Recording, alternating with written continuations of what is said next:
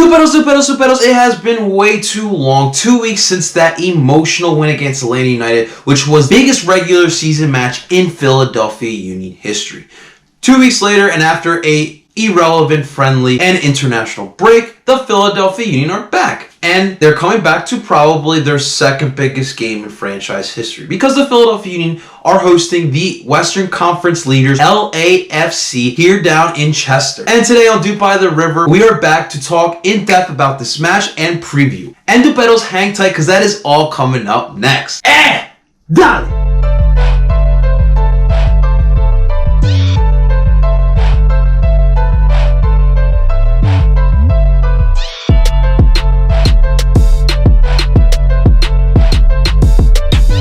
What is going on, everyone, and welcome to DOOP By The River, the show where we follow everything Philadelphia Union with me, El Parceo Philly. And if this is your first time tuning in, or if you're returning back to DOOP By The River, I just want to say thank you for tuning in. But please, we're trying to grow this channel and we're trying to get to 100 subscribers, and I could really use your guys' help. You can help by subscribing to this channel, hitting the bell button for notifications, and sharing this video on Instagram, Twitter, Facebook, email, whatever you want to use. Anyway, get this video out there so we can help get this channel to 100 subscribers. But that is right, Duperos. The Philadelphia Union are back. 2 weeks after that emotional win against Atlanta United, we are facing off against LAFC, the kings of the Western Conference. But before we get to that, I just want to touch upon the friendly that happened over the international break, because the Philadelphia Union hosted Pumas from Mexico. And let's be frank here, it really was an irrelevant match. Not a lot of people in the stadium, not a lot of people actually watched the match. To be quite honest with you guys, I would have honestly went to the match. You know,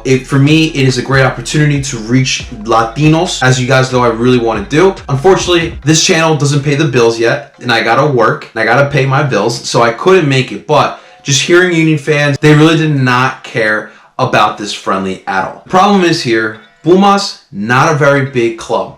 Liga MX, not a very big league. Liga MX, it's 50-50 as far as interest here in the United States. And Pumas, let's be frank, brought over a U23 squad over to Philly. I really admire what the Philadelphia Union are trying to do, trying to attract different fans, especially here in the city of Philadelphia. We all know the big Mexican population that we have here. So by bringing Pumas, they figured that would bring in some Mexicans to come down, but that just really wasn't the case. It is tough to try to set up these friendlies with different teams when there's money involved. You know, here in Philadelphia, the majority of fans who are soccer fans that are not Union fans are Manchester United fans, Man City, Liverpool, Real Madrid, Barcelona, teams like that. And it's tough to try to convince a Manchester United to come play here in Philly. So I don't want to see the Union stop trying to set up these friendlies, but it is going to be tough. Guys, in the comments below, let me know what you guys want to see the Union do as far as these club friendlies here. All right, guys, enough with that business. Let's dive into this match, because this is a very big match, whether you like to believe it or not. I've been hearing a lot in Union Twitter and in the Unionverse that this is a match that the Union kind of just want to fast forward from, and I don't understand why. We're talking about the big dogs in MLS. You thought Atlanta was the big dogs? This is the big dog of MLS right now. They are leading the Supporters Shield race right now, and it looks like they will take it home with them. And Atlanta United just came from the US Open Cup when we faced them. LAFC have had some time to rest up, and they really needed it. Pride is at stake here, and as well as trying to stay up top of the Eastern Conference. NYCFC are streaking, and they don't seem to be slowing down.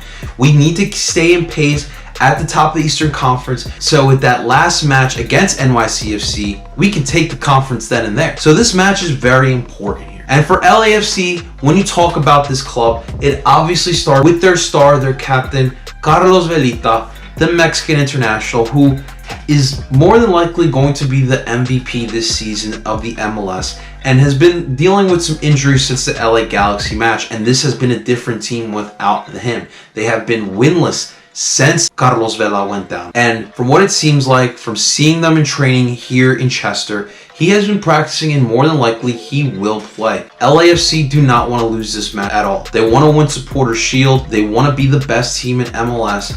You know, Bob Bradley is going to get those guys revved up. I expect Carlos Vela to play. That is going to be huge for LAFC. And for us, the Union, we're going to have to figure out a way to combat that lethal attack that also includes Diego Rossi and Latif Blessing. And of course, the other matchup I want to see in this match, is the battle of the managers, the teacher versus the student, Bob Bradley versus Jim Kirchin. Both these guys were together during that 97 incredible Chicago Fire run. Bob Bradley was the manager while Jim Kirchin was his starting center back. And Jim Kirchin, if you ever hear him talk about Bob Bradley, he attributes a lot of what he learned from him. Jim Kirchin is part of that impressive coaching tree that Bob Bradley has built here in the MLS. I'm really going to be intrigued to see what Jim Kirchin has in store for Bob Bradley, and I truly believe the student will stump the teacher. But let's dive into this match. And let's start with the formations and the starting 11 I believe Kirchin will go with in this match.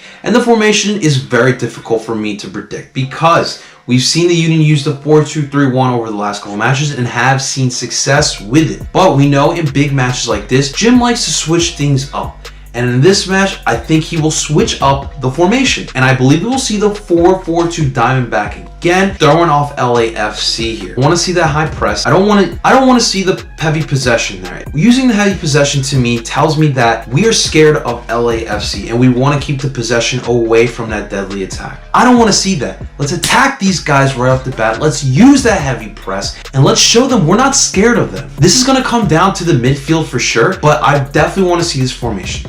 Let's start off with the goalkeeper there, and that's no surprise, Andre Blake. Now, Andre might have to make one or two huge saves on his own, because like I said, this is a very deadly attack. Might have to have some big moments for us to pull off this victory. But I have all faith in my Jamaican goalkeeper. Now, starting in the back four, starting left to right, Kai Wagner, Mark McKenzie, Jack Elliott, and Ray Gaddis. No surprise there, same four we've seen over the last three matches, and it's going to be a daunting task with this back four against this deadly attack. They have to make Andre Blake's job as easy as possible, and Ray Gaddis is going to need to have his best match going forward. If you've watched the past couple LAFC matches, the right fullbacks on the opposing team has had opportunities to attack on that defense. Jordan Harvey, a guy we love dearly here in Philadelphia, he was part of the inaugural season and the second season here in Philadelphia, is still starting fullback for LAFC, and I don't know if it's age just getting up to him, but he's definitely lost a step and he has been exposed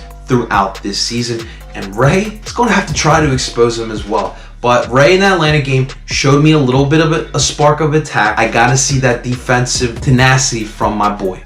All right, starting from left to right, we got Brandon Aronson. At that sixth role, we got Harris Meduninen. At that right shuttle midfielder, our captain Alejandro Bedoya. And at the tip of the diamond, I believe we will see Jamiro Monteiro. Now, I know in Views from the Bridge podcast, I had a completely different midfield, but after looking at it and keeping a couple of things in consideration, I believe this is the midfield we need to go with. Brandon Aronson has worked very well at that left shuttle midfielder. He has some sort of continuity with Kai Wagner behind him, and of course, Kasper Shabilko up top. And I think we should keep him out there. And Jamiro Monteiro. We need to win this battle in the midfield. Jamiro not only is tenacious on the press, but also, man knows how to play the 10 role. He can distribute the ball, and I believe he is finally fit, and I want to see him at that 10 role. Marco Fabian, he just got done international play. No need to rush him in there. Let's keep him on the bench, and I want to see him come out in the second half, guns blazing, and I want him to show up in this match. And Alejandro Bedoya, our captain, is back. He had to miss the Atlanta match due to suspension with yellow card accumulation, and he is going to be back. His legs are going to be fresh, and I expect a huge match from our captain. Now up top, I got another bit of a surprise. I believe we're going to see Sergio Santos Gomes and Kasper Shabilko. Now, Sergio Santos Gomes, over the last couple weeks, has proven to Jim Kirchin he deserves some playing time.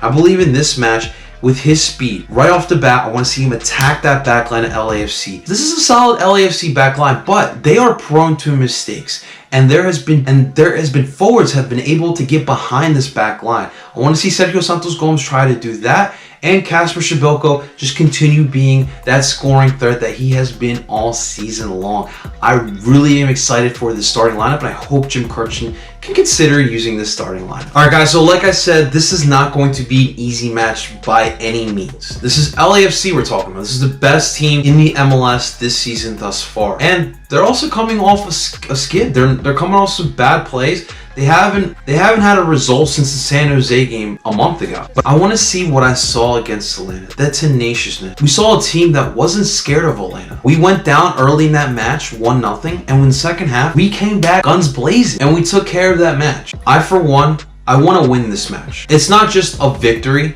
it's momentum going into the playoffs. It's when the New York Giants, at the end of 2007 NFL season, facing off against the undefeated New England Patriots, and knowing that that's a very good team, but they did not care. They went toe-to-toe with New England and gave them a run for their money, lost by a field goal, but that game is what gave that Giants team the momentum to make a run in the playoffs and beat the Patriots in that Super Bowl. Now, I'm not saying the Union are the Giants, I'm not saying LAFC are the Patriots, but I want to see the Union give it their all against LAFC. If we lose, I'm not going to be mad as long as we give it our all. And hopefully, the performance in this match can lead us into a run in the playoffs. Hopefully, we can meet up against LAFC in the MLS Cup final. Guys, I see the Union pulling off this victory 2-1.